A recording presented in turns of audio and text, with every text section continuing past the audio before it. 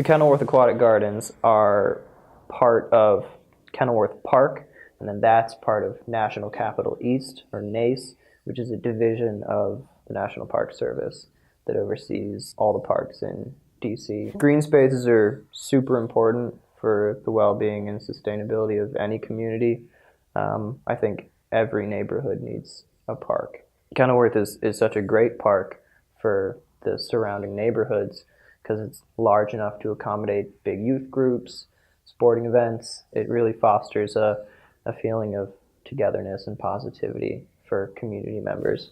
There's a boardwalk that looks over the wetland just beyond the ponds. There's 2 lookout points that are just beautiful.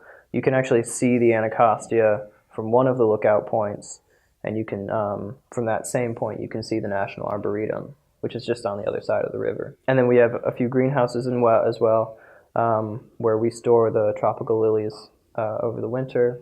There's, a huge swath of reeds and little leafy aquatic plants, and you often see storks or turtles and frogs and things, geese, a lot of geese.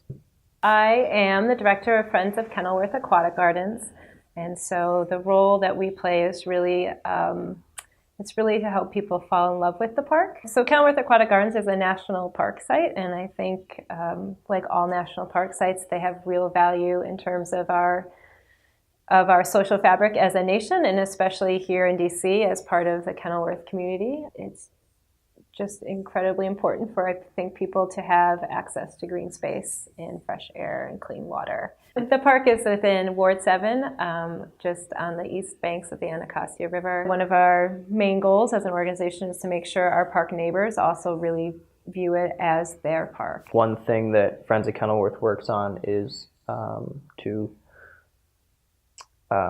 support environmental education programs in the area. The more people that we have that are environmentally conscious, the better off our parks are going to be, the better off our urban canopies are going to be, the better off our, environment is going to be. Any way that we can instill environmental consciousness and a sense of sustainability in kids is beneficial to not only our park, but every park in the country.